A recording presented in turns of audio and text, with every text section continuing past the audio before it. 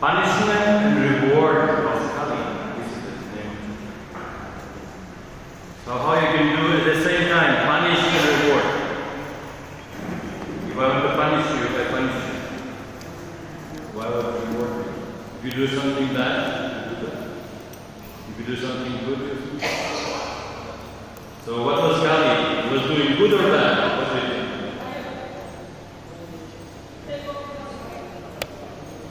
If he was punished and rewarded, he was doing two things. So good and bad. Is it possible? Not possible.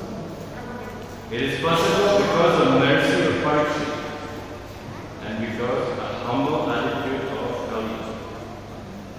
He was begging for the place of residence. That's why he was rewarded the place in mercy. At the same time, he was doing bad things. So these are two things can happen at the same time. We have a verse. Kechikavasana.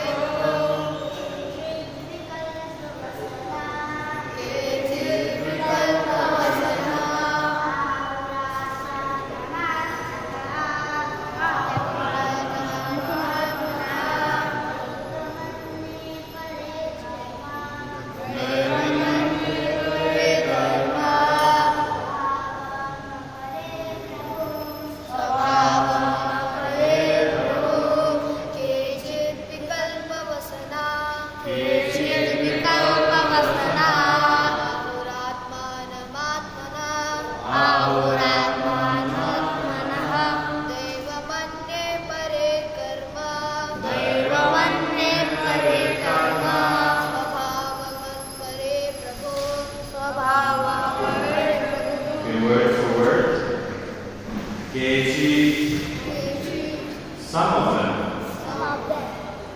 Vikavasana.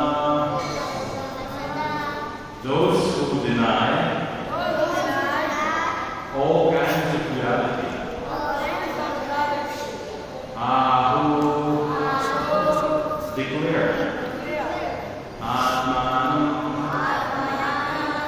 own self.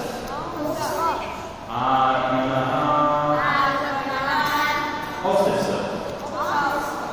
Daivam, superhuman.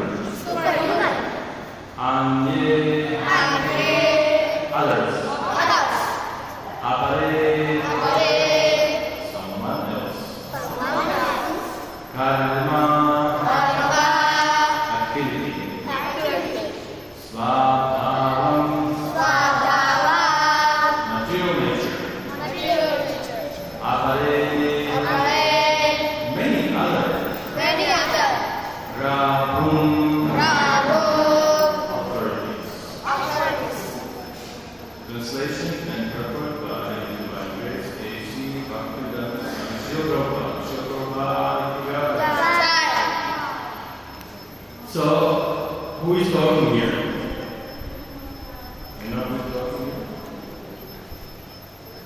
the bull is not said, mentioned, but it is mentioned or said that the bull was answering the questions of Parikshit.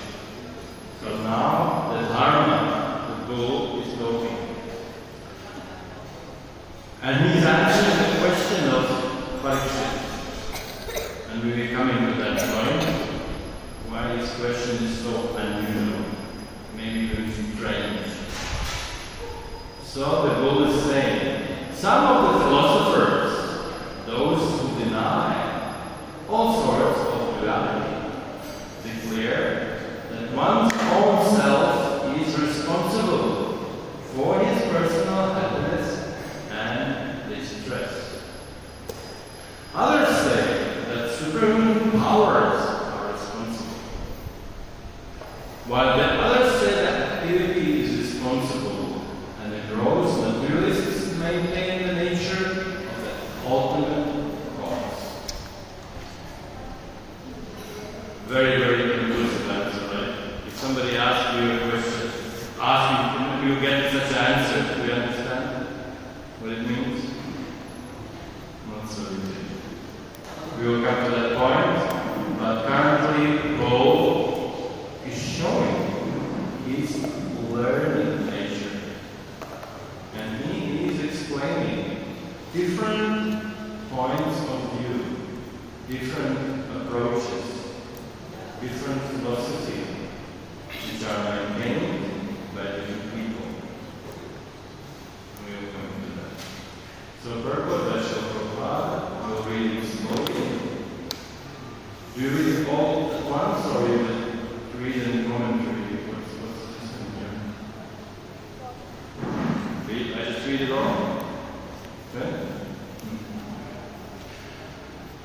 As referred above, philosophers like Jaimini and his followers establish that the fruit of activity is the root cause of all distress and happiness, and that even if there are superior authority, some superhuman powerful gods or God of gods, he or they are also under the influence of fruit activity, because the reward or results according to one's actions.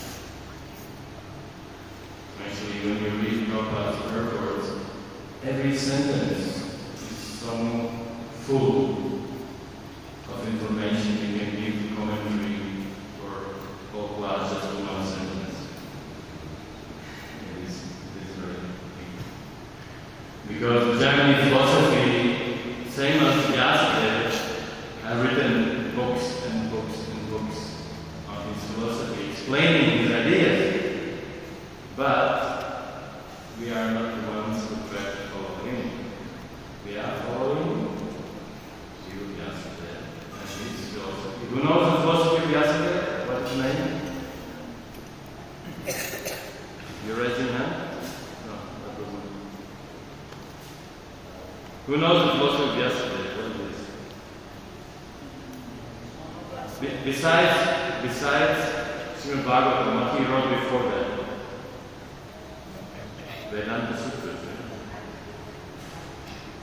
And it's called Uttaramimamsa. It's Karmamimamsa and Uttaramimamsa. This is Uttara, the topmost philosophy. Okay.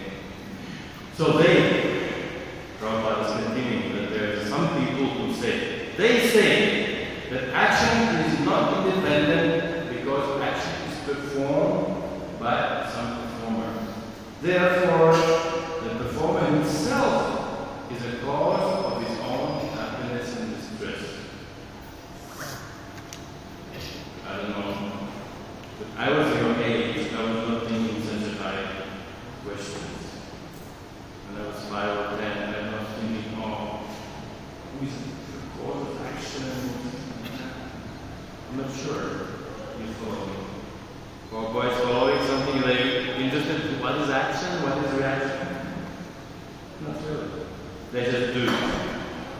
You don't think, when you jump on the kirtan, you don't think, okay, who is performing action, me or your nature? Anyways, in Bhagavad Gita 6.5, who knows Bhagavad Gita 6.5?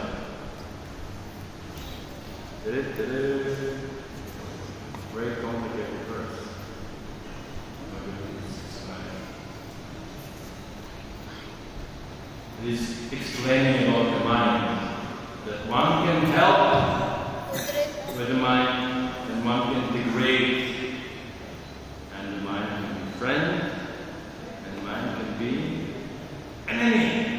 So this is the verse from Bhagavad Gita. So in the Bhagavad Gita 6.5, also it is confirmed by one's mind, freely from material action, one can deliver himself from the suffering of material parents. So one should not entangle himself in a matter by the mind's material affection. Thus, one's own mind is one's friend or enemy in one's material happiness and distress. So this is really strange, right? How you can have no enemy inside you. I was working for some while, about a year, in a psychiatric hospital. You know what is psychiatric hospital? The people who are mentally ill. Their body is very healthy, but they go nuts and all that. Not enough some marbles are missing here. So I've seen some of those patients walking around. In the corridor there was a mirror. And when they pass the mirror, they look at the mirror and they shout, "Why are you looking at me? Why are you looking at me? Turn away! Don't look at me." So understanding who is looking at you is like animal. Because if you put a mirror in a jungle, practically all animals will not recognize that it's me. He'll think there's another animal staring at him, and they'll jump and they'll try to fight and everything. So this is a lack of intelligence, lack of discrimination, can cause serious mental disease. You don't know what is right or wrong. So this is the mental hospital. We have a big hospital. Now we have other ones. Atheistic, materialistic Sankhyaits conclude that material nature is the cause of all causes. According to them, combination of material elements are causes of material happiness and distress. So before we mentioned who is cause, the person. I'm doing something good, I get a result. I'm doing something bad, I'm getting that result. So now, some other people say, no, you're not responsible. The modes of nature are responsible. Whatever you do, doesn't matter. So these are atheists. They don't understand the presence of God. Gautam and Canada find that atomic combination are the cause of everything. And impersonalistic, like Ashtavakra, find that the spiritual effulgence of Brahman is all cause of all causes. But the Bhagavad Gita, the Lord Himself declares that He is the source of personal Brahman, and therefore He, the personality of God, is the ultimate cause of all causes. It is confirmed in Brahma Samhita that Lord Krishna is the ultimate cause of all causes. Who knows Brahma Samhita? That Krishna is the ultimate cause. Okay?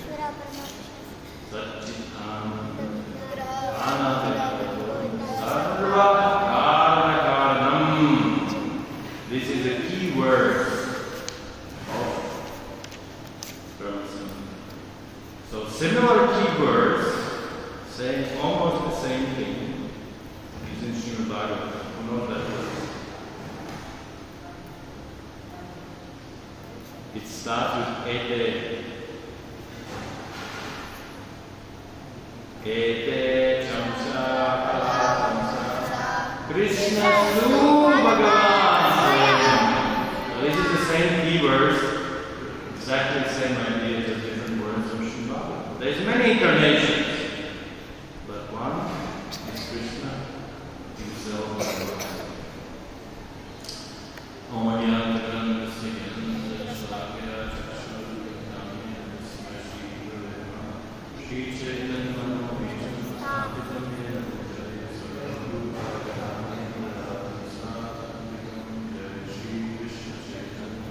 Prabhu Nityananda Shri Advaita Gadadhara Shri Vasudhi Gaura Hare Krishna Krishna Krishna Hare Hare Hare Rama Rama Hare Hare. So, I was reading this verse yesterday night, today morning, and I kind of found that there's 5-6 points which could be mentioned in this regard. First of all, the whole scene is set up by the discussion of Parikshit Maharaj and Prabhu.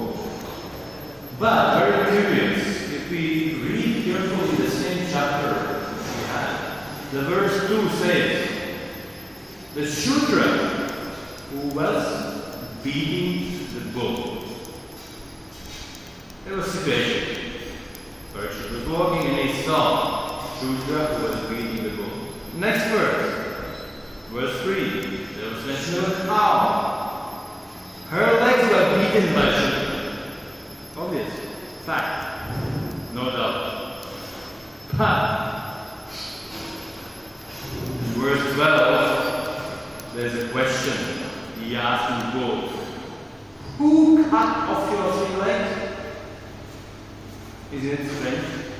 He sees himself, Shudra, Kali, is beating the cow, he's beating the bull, and he's asking, who did it to you? Just imagine you 2 boys are fighting. You ever fight? Never fight. Anyway, just imagine there's something happening. You know? Accident on the road. You didn't be very careful and some motor rickshaw or motorbike, scooter hits you. Everybody stop around you. When you go to a person, who hit you? Why would you ask this? What's the answer? Why would you ask that? Because Parikshit was king, right? He was king? He was not king. Who was Parikshit? Come on. He was king. Of course he was king. The king's duty is to rule the court. You know, nowadays we have lawyers and advocates and all different things. You know, people sitting there, jury, they decide, and then the judge as well. So there's 4 different, instances, decide who is right and who is wrong. All days, only one person. King decides. Okay, I decide. You are wrong. You need this punishment. That's it. Nobody can discuss that. So, and the judging, deciding what kind of punishment is decided by the person who is suffering. Strange. If I say, no problem. Will you punish the guy who was hitting me by the car? Not really. He hit me by the car. I said, no, that's so painful, I'll punish him. Then yes, you will punish. But if I say, no, I was wrong, I was running across the street without looking and I was hit by the car, no problem, it's my fault. Nobody will be punished. Right? So therefore, King Parikshit is asking, who interviewed? Like in a court case, there's a person, there's a witness, and witness is sitting there and he saw the crime. Who did it? And the judge is asking, okay, do you see the person who did the crime in this room? And says, yes. Can you point with a finger, who was that? And the person who is sitting there, who is accused, the witness says, yes, that's him, and it's 50% already proved. So if you have one more witness, 2 witnesses, completely case solved. punishment is rewarded. So if you ask who is guilty, and the person says, I don't know. I don't know. So how you can punish him? It's impossible, right? So therefore it's interesting that Parikshit Maharaj is asking, well, who did it to you? And he was expecting, as a king, to point finger, yes, this guy standing next to me, he did it. But Bull, he was religious, he was devoted, and he said, you know, it is difficult to say. Some say, I'm responsible, and some say nature is responsible, and some say everything is dependent on God. So I'm not sure. So therefore, the punishment was not rewarded. Although Parikshit Maharaj, before discussion, he said, I saw you deserve death. That was his first judgment to the guilty person. But in the next, then he asked the Bull, and Bull said, no. Who knows? Some say like this, some say like that. We had discussion of the whole chapter, previous purport. And also, we have to remember what is Parikshit name. What means Parikshit name? Remember who gave him this name? What means Ikshit?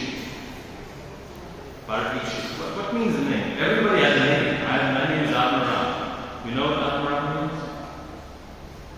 Atmaram, self-satisfied. Satisfied in the soul. So Parikshit, the name means he was searching for. Why he was searching? Because he was in danger in the womb of the mother. But Krishna protected him. He came inside the womb and he had darshan of the Lord in the body of the mother. So now, when he was born, he was looking after that person. Was that who saved me? And he was looking forward. So basically, although Parikshit Maharaj is asking questions, who is guilty? The whole idea behind him, he wants to find where's the Lord, how everything is connected to the Lord. So that was his devotional ultimate quest, ultimate request. Yes, so therefore, six philosophies which are explained by the Bull, it is, yeah, one say like this, one say like that. Jani says everything is eternal, and Kapila says, no, everything is perishable.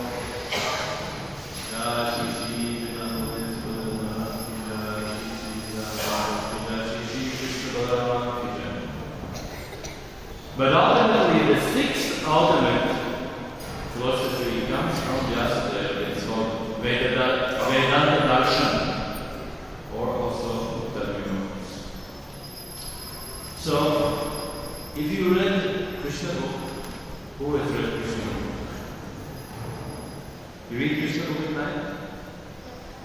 Do you ever reach the end, or you read just beginning? You read first 5 chapters, and then you read again, or you finish Krishna book. Who has finished Krishna book? Last chapter. And there's one chapter very philosophical. It's called Prayers Personified Vedas. Chapter 7. So in that chapter, Srila Prabhupada writes very interesting. He counts all these philosophies mentioned by the Bull, and he says, Vedic tradition, Sankhya, Yoga, Nyaya, Vaisheshika, and Vedanta. Out of these 6, only Vedanta of Vyasa is free of error. This is said by personified Vedas. And even then, only properly explained by qualified Vaishnavacharya. So if you don't have a help of Guru, of Acharya,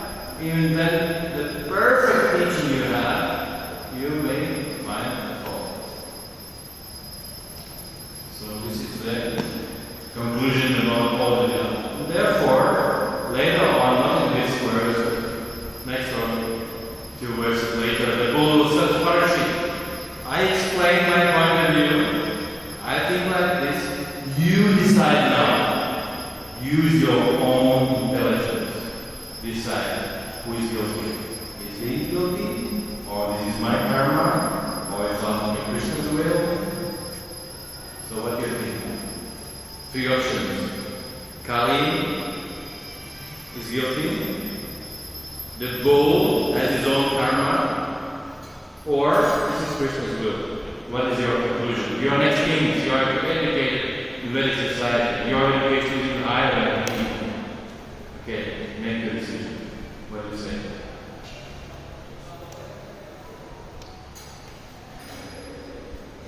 Who knows the time span? How long is Kali Yuga? In years. How many years is Kali Yuga? Come on. 300, 432,000 years. Right? That's Kali Yuga. We're passing about 5,000 something from beginning. So what happens after Kali Yuga? What comes next? Satya Yuga again? After Satya Yuga, next Yuga. And then Kali Yuga again. And the full cycle, how long it takes?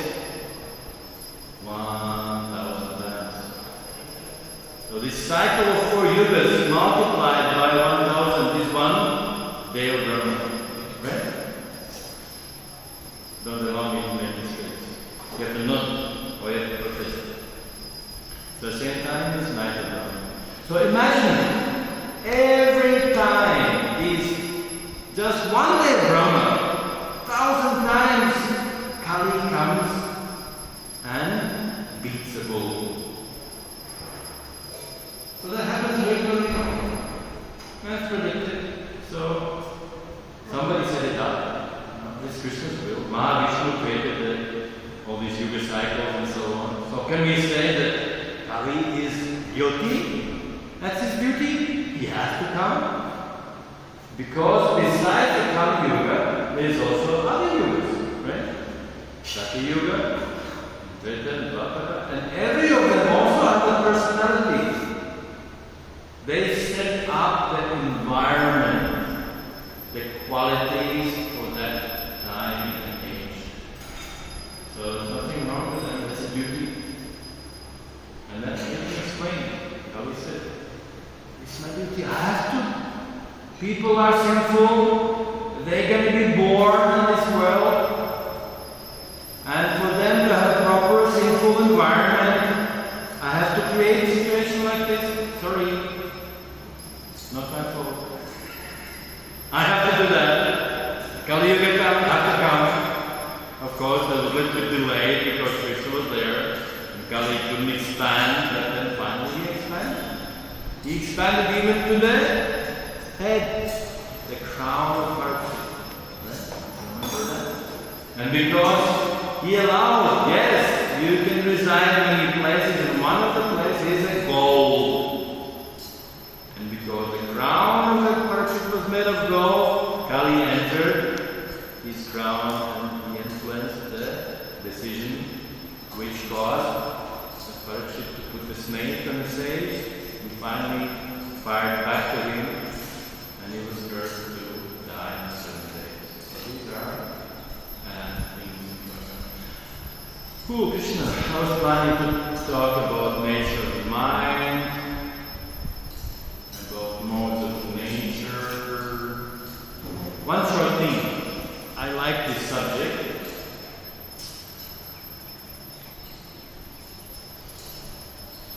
Who would say of you, what is the source of the modes of material nature? Where they come from? Any ideas? We just said, yes, the person is under the modes of material nature. But where do they come from? What's the original 3 modes of material nature? Any guess? Just wild guess. Come on. No? Yes? No? There is a spiritual energy in the spiritual world. And everything happens here is a reflection. Like for example, Shambhu Shiva. He is a reflection of halo of Vishnu in the material world. Like that. We know just a couple of days, some days ago, we had a Radhastami and we say, Radharani expands as many gopis. Right? She expands as a bodily expansion. And in a similar way, there isn't three eternal energies of the Lord in the spiritual world. Sometimes they call him Satchitananda, which is a simple, fast way to say it. The full name of those energies would be, who knows what full energies name? Sandhini, Samvit, and Hladini. So when these three spiritual potencies, they reflect the material world, they create three modes of material nature. So Sandhini refers to the ignorance, Samvit to the passion, and Hladini, the enjoyment, happiness, to the sattva guna. So therefore they are so strong, you cannot avoid them, because they are supposed to be the same modes, but when you use those modes in a service, they become spiritualized. Prabhupada said you put the stick of the metal in the fire, it becomes red hot.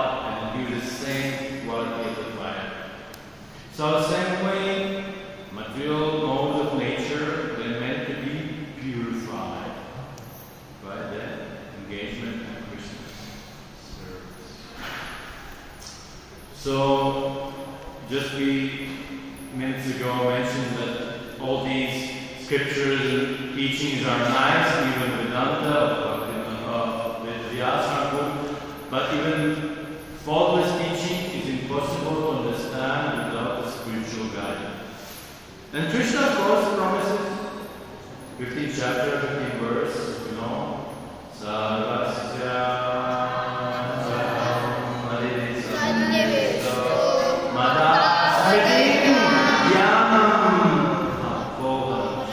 So Krishna says, from me comes knowledge and forgetfulness. So why do we need Guru? When you go to Krishna and says, okay, I'm ignorant, I forgot it, give me back my memory. Can we do that? Yes, we can. We should do it. Actually, only because we approach Krishna for those things, we receive the spiritual guidance of Krishna Master. If you just go to some person and say, please teach me, and we don't understand his connection to the Lord, his empowerment, that we also use it. So these two things have to be there. You understand that Krishna provides us intelligence and memory, at the same time, he gives us the devotee how to do it, and why to do it. These things are needed. So, one of the last 2 points are mentioned, which here, nature of the devotee's vision. So in the previous verse, in 17, we have 19, 17 is mentioned, and devotee is always under the protection of the Lord. That's Prabhupada's purport. And the previous verse, yesterday probably was class given, but I'm very happy to read. Although the bull, or the personality of religion, how the personality of death knew perfectly well that the personality of Kali was the direct cause of suffering.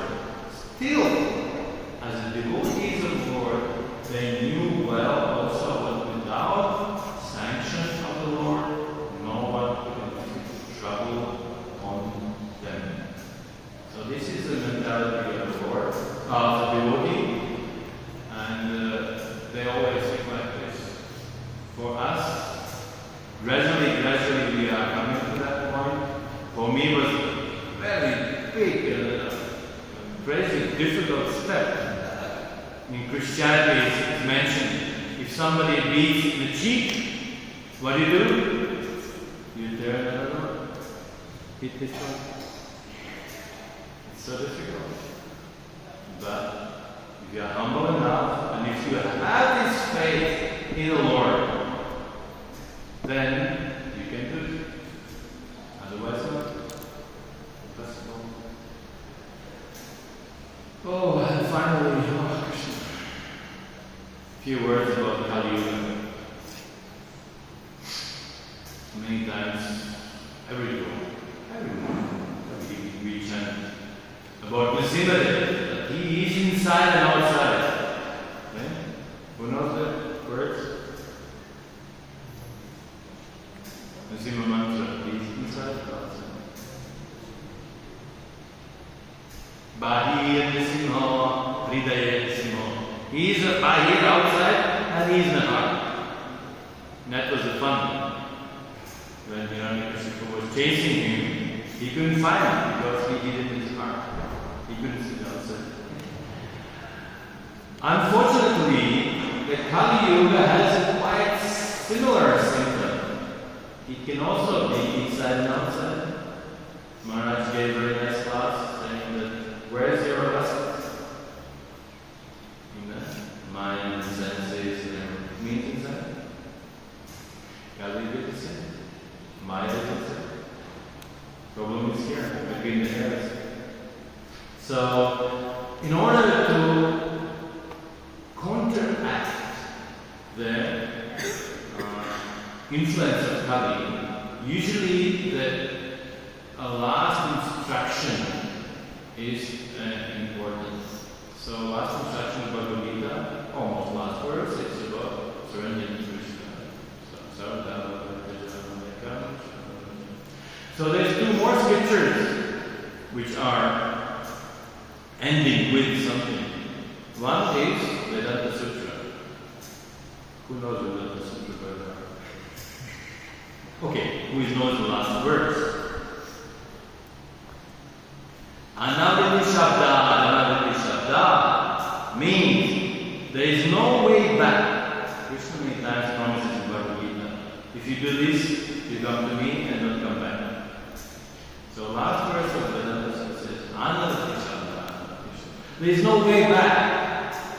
And Shabda can be translated in two ways. Or because this is promise of Shastra, or because of sound vibration. And that's hint about chanting Krishna's name. So other thing which is last verse of Srimad Bhagavatam. How many cantos Srimad Bhagavatam?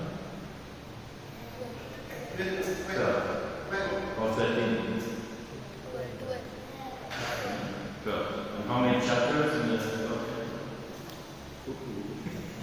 13. And how many verses there?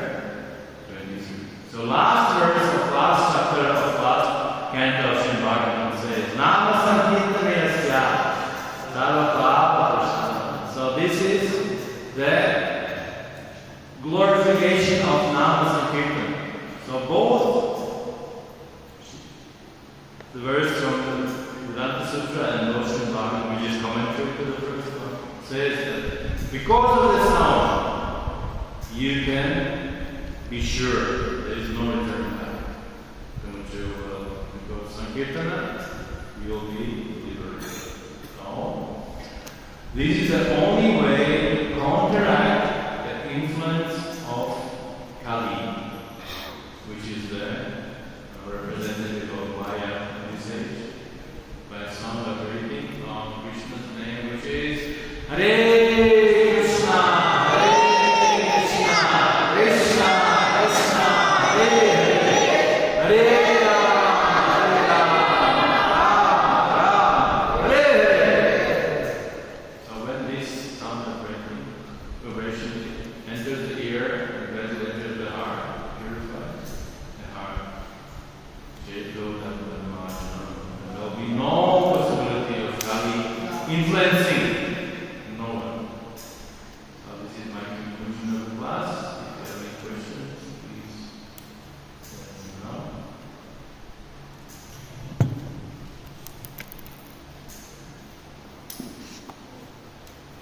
That's yeah. Serious questions, joking questions, commentary. Corrections.